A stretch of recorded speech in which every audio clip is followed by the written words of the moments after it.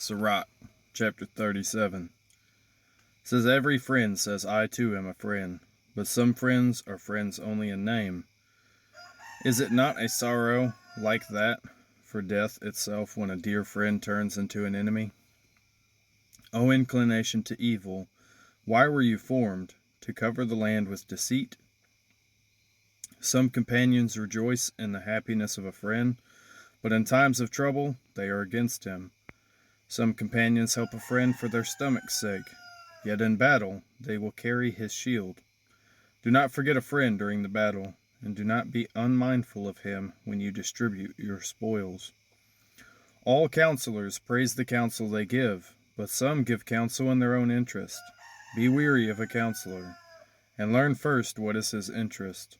For he will take thought for himself.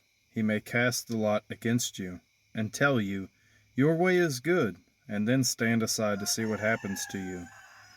Do not consult the one who regards you with suspicion. Hide your intentions from those who are jealous of you. Do not consult with a woman about her rival, or with a coward about war, with a merchant about business, or with a buyer about selling, with a miser about generosity, or with the merciless about kindness, with an idler about any work, or with a seasonal laborer about completing his work. With a lazy servant about a big task, pay no attention to any advice they give. But associate with a godly person, whom you know to be a keeper of the commandments, who is like-minded with yourself, and who will grieve with you if you fail.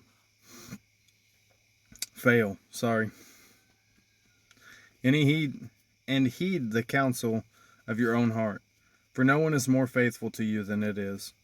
For our own mind sometimes keeps us better informed than 7 sentinels setting high on a watchtower.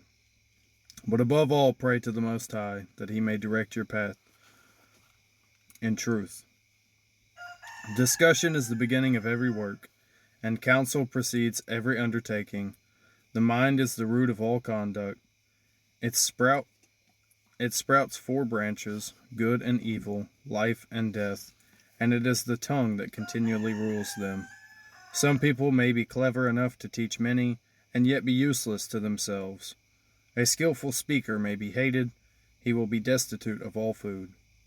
For Yahweh has withheld the gift of charm, since he is lacking in all wisdom. If a person is wise in his own advantage, the fruits of his good sense will be praiseworthy.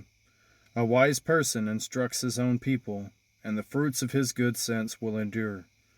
A wise person will have praise heaped upon him, and all who see him will call him happy. The days of a person's life are numbered, but the days of Israel are without number. One who is wise among his people will inherit honor, and his name will live forever. My child, test yourself while you live.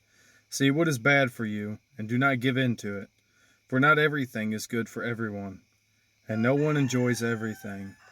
Do not be greedy for every delicacy, and do not eat without restraint. For overeating brings sickness, and gluttony leads to nausea. Many have died of gluttony, but the one who guards against it prolongs his life." That was 37. As always, fear Yah, keep his commands. This applies to all mankind. Bless you guys and shalom.